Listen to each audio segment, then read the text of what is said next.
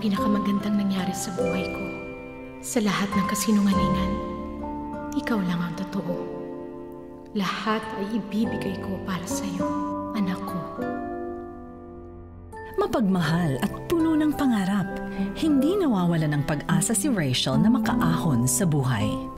Saksi rito ang amo niyang si Benji, na nag-iisa man sa buhay ay nakahanap din ng pamilya sa kanyang tagapag-alaga. Something to do, someone to love, something to hope for. Ipangako mo sa akin, hahanapin mo yung mga yan. Pangako yan sa'yo, Tatang. Hahanapin ko yung something na yan. Maraming salamat, Iha. Hanggang dito na lang. Kaya sa biglaang pagkawala nito, ipinamana niya ang lahat ng kanyang yaman kay Rachel. Sa pag-angat sa buhay ni Rachel, tila siya ang naging sagot sa lahat ng problema ni Mike, isang baguhang abogado. Hindi ba yun yung tagapangalaga ng lalaking nagpakamatay dito sa building natin? Jackpot! Ang lalaking mapapangasawa nito. Hi, Rachel. You still remember me? Sir Michael, ngayon lang po may nagyaya sa akin na lumabas. Nahihiya talaga ako sa inyo eh. Nahihiya ka ba kasi maid ka? Kalimutan na muna natin yung labels tonight. Ngayong gabi, isa kang babae, tapos ako isa kong napakaswerteng lalaki. Pinaibig niya si Rachel at agad-agad na pinakasalan. Walang kaalam-alam si Rachel na pera lamang ang habol ni Mike sa kanya. Basta ikaw na bahala bumula kay Rachel Pag nasanda niya yung bahay, within a month, bibigyan kita 5%. Anong pag-asa ko para umangat eh. Tsaka gusto ko na talagang iwan yung babae yan. Nagkaroon sila ng anak. Pinangalan ko siya sa'yo, Micaela. At sa kanya bubuo ng pangarap at magandang buhay si Rachel. Nakikinita-kinita ko na. Makakapaglagay na rin tayo ng diploma dyan sa dingding natin. Diploma mo! Tapos katabi nun, yung picture natin tatlo ng tatay mo na nagsasabit kami ng medal sa'yo.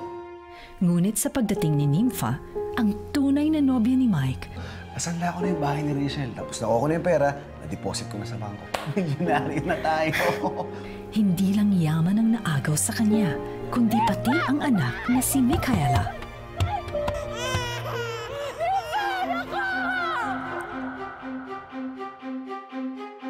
Sa kagustuhang mabawi ang anak, matutulak si Rachel sa isang malaking pagkakamali.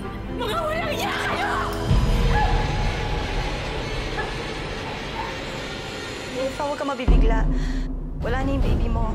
I'm sorry. At sa pagiganti ni Nympha, wala akong pakialam kung anong mangyari doon sa batang mo. Dispatchahin mo kung gusto mo. Ang gusto ko lang, hindi makasama ni Rachel ang anak niya. tuluyan ang magkakawalay ang mag-ina. Ayoko na nakikipagkaibigan ka sa kanya.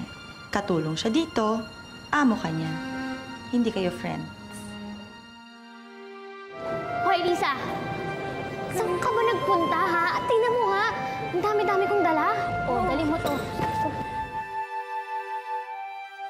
Sa paglipas ng mga taon, muling paglalapitin ang landas ni Rachel, Micaela at Nympha. Saan mo nga pala dinala yung anak ni Rachel? Ano ba? Matagal ko nang dinispatcha yun. Lumayas ka sa harapan ko at lumayas ka sa bahay ko. Huwag na huwag kang pupunta. Hindi ka papapasukin. Kaya pala, ma'am. Siya po si Lisa. Siya po yung sinasabi ko sa inyong pamalit kay Pining. Mabait pong bata yan, saka masipag, ma'am. Magandang hapon po, ma'am. At lalo lamang liliit ang kanilang mundo nang makilala ni Micaela si Jay, ang lalaking pareho nilang iibigin ang kababata niyang si Chloe. Layuan mo si Jay. Chloe, wala naman akong ginagawa. Huwag ka na magmaang-maangan. Sumunod ka na lang sa gusto ko.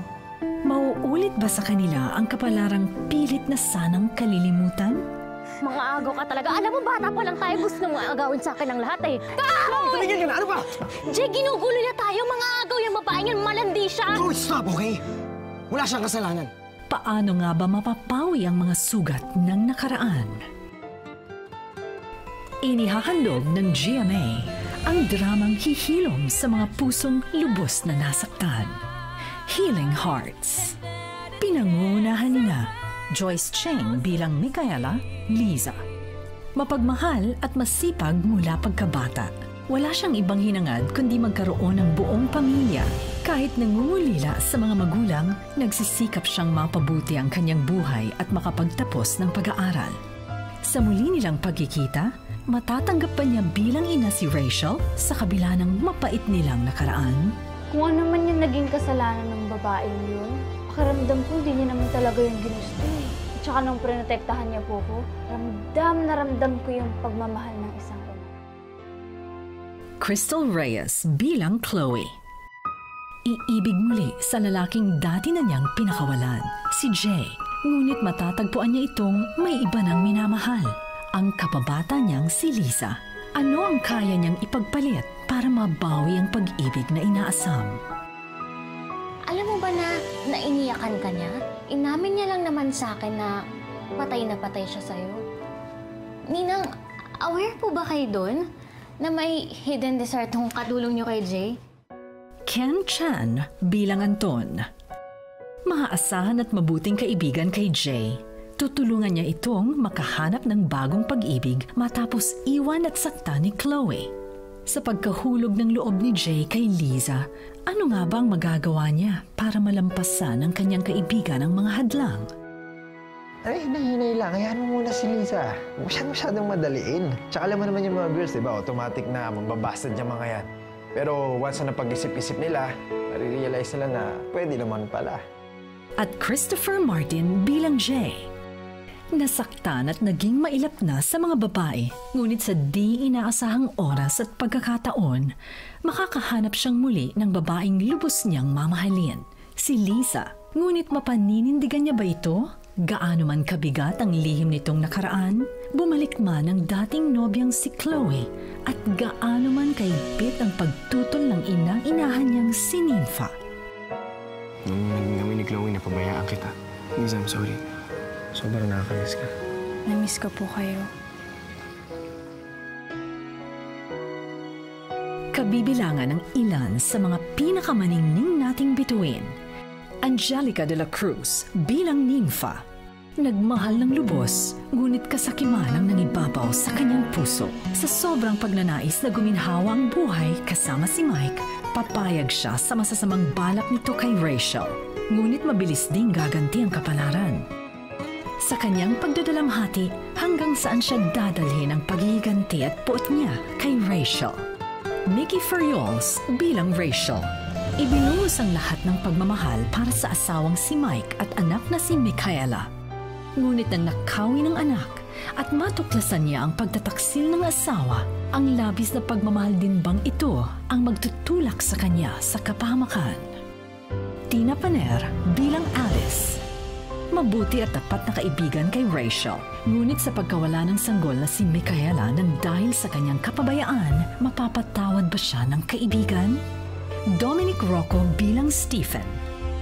Mayaman at nag-iisang tagapagmana ng negosyanteng ama, mapapalapit siya kay Lisa sa pagsisikap nitong magkaroon ng disenteng edukasyon. Sa kabila ng magkaiba nilang antas sa buhay, magkakaroon ba siya ng puwang sa puso ni Lisa kahit may iba nang nagugustuhan ng dalaga? Maureen Larazabal bilang Cleng. Sa paghihiganti ng kaibigang si Nympha, nanakawi nilang sanggol na si Micaela at palalaki nito bilang si Lisa. Pagmamalupitan niya ito, lalo na sa pagdating ng tunay na anak na si Chloe. Hanggang kailan niya maitatago ang tunay na katauhan ni Lisa? At sa natatanging pagganap ni Neil Ryan Sese bilang Mike. Sakim at lubos ang naging paghahangad sa yaman ni Rachel. Ngunit hindi magtatagal ang pagsasabuatan nila ng nobyang si Nympha. Lalaban si Rachel at tuluyan ang magbabago ang kani-kanilang mga buhay. May pagkakataon pa ba siyang itama ang pagkakamali o huli na ang lahat? Original concept and head written by Jeng Delgado. The creative team, Lay Chavez, Jason John Lim, and Paul Santa Ana, writers. Jamie Catanyag and Jonathan Cruz, brainstormers. Suzette Doctolero, creative team head. Dode Cruz, creative head for Afternoon Prime. Roy Iglesias, creative director. The production team, Arian J. Calis, production coordinator. Mylene Balen, program administrator. Patrick Jess Ferrer, lighting director. Benjamin De Guzman, production designer. Maria Teresa Monica T. David, associate producer. Marjorie P. Garcia, Executive Producer, Camille D. Hermoso. Program Manager, Cheryl Cheng C. AVP for Drama, Reggie Magno. VP for Drama, Lilibeth G. Razonable. Executive in Charge of Production, Entertainment TV. Directed by Dick Lindayag. Ikaw ang pinakamagandang nangyari sa buhay ko. Lahat ay ibibigay ko. Magkasama lang tayong muli, anak ko. Healing Hearts. Simula May 11 pagkatapos ng yagit sa GMA Afternoon Prime.